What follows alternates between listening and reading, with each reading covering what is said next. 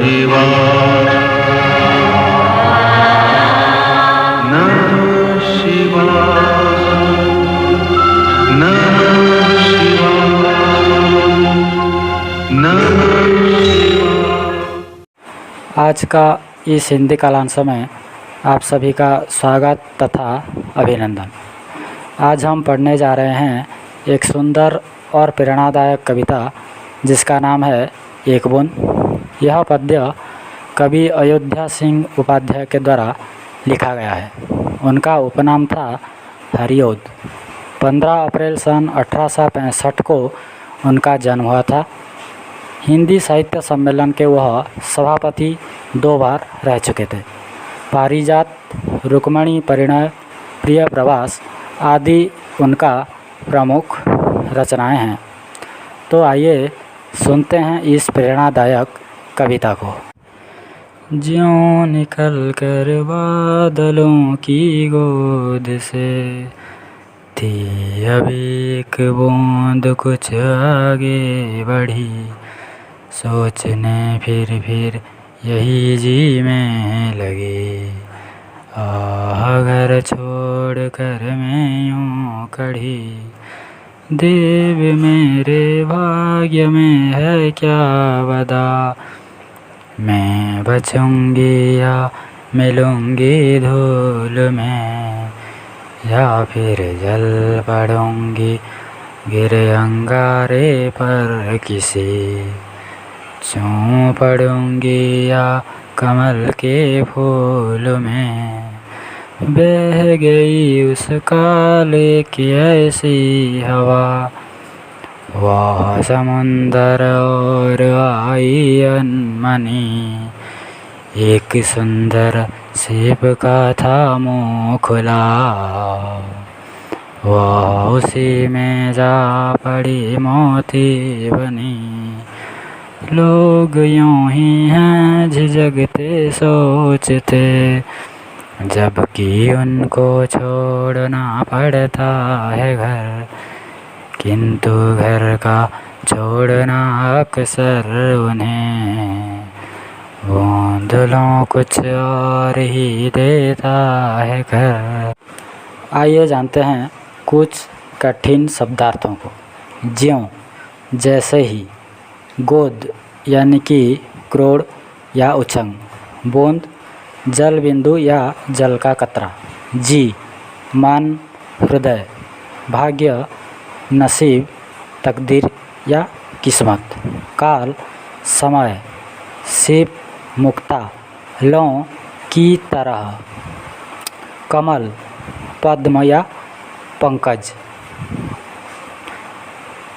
चू पड़ना टपकना या गिर पड़ना, अनमनी अन्यमनस्क, झिझकना दुविधा हिचकना या ठिठकना, अक्सर प्राय या अधिकतर। आइए अभी हम समझते हैं इस पद्य के भावार्थ को। ज्यों निकलकर बादलों की गोद से थी अभी एक बूंद कुछ आगे बढ़ी, सोचने फिर यही जी में लगी, आह घर छोड़कर मैं यूं खड़ी। जैसे ही बूंद अपने घर से अर्थात बादल की गोद से निकलकर ज़मीन की तरफ आने लगी, उसे अपने निकलने पर पछतावा होने लगा। वह सोचने लगी, मैं घर छोड़कर क्यों निकली, अगर मैं घर छोड़कर नहीं निकलती तो अच्छा होता, पता नहीं अब मेरे साथ क्या होने वाला है। बूंद इस सोच में पड़ गई। देव मेरे भाग्य में है क्या बदा, मैं बचूंगी या मिलूंगी धूल में, या जलूंगी गिर अंगारे पर किसी, चू पड़ूंगी या कमल के फूल में। बूंद सोचती है, पता नहीं भगवान ने मेरे भाग्य में क्या लिखा है, मैं बचूंगी या धूल में गिरकर सदा के लिए नष्ट हो जाऊंगी, या फिर किसी अंगारे पर गिरकर भस्म हो जाऊंगी, या किसी कमल के फूल के ऊपर चू पड़ूंगी। बह गई उस काल एक ऐसी हवा, वह समुंदर और आई अनमनी, एक सुंदर सीप का था मुँह खुला, वह उसी में जा पड़ी मोती बनी।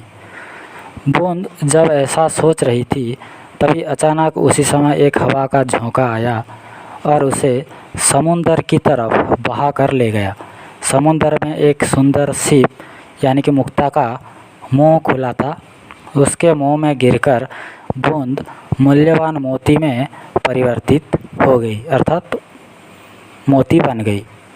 लोग यूं ही हैं झिझकते सोचते, जबकि उनको छोड़ना पड़ता है घर, किंतु घर का छोड़ना अक्सर उन्हें बूंद लो कुछ और ही देता है कर।